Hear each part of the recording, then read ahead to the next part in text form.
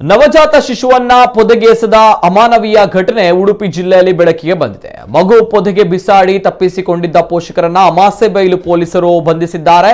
ಪ್ರಕರಣಕ್ಕೆ ಸಂಬಂಧಿಸಿದಂತೆ ಕೊಲ್ಲೂರು ಜಡ್ಕಲಿನ ರಾಧಾ ಹಾಗೂ ಸತೀಶ್ ಇಬ್ಬರ ಪೊಲೀಸರು ಬಂಧನವನ್ನ ಮಾಡಿದ್ದಾರೆ. ಬಂಧಿತರು ಎಸ್ಟೇಟ್ ಒಂದರಲ್ಲಿ ಕೂಲಿ ಕಾರ್ಮಿಕರಾಗಿ ಕೆಲಸ ಮಾಡಿಕೊಂಡಿದ್ರು. ಈ ಮೊದಲು ಆರೋಪಿ ರಾಧಾ ಮತ್ತು ಸತೀಶ್ ಮದುವೆಯಾಗಿದ್ರು. ತಮ್ಮ ಪತಿ ಪತ್ನಿಯಿಂದ ದೂರವಿದ್ರು. ಬಳಿಕ ರಾಧಾ ಸತೀಶ್ ಜೊತೆ ಅಕ್ರಮ ಸಂಬಂಧ ಹೊಂದಿದ್ರು ಎಂದು ಆರೋಪಿಸಲಾಗಿದೆ.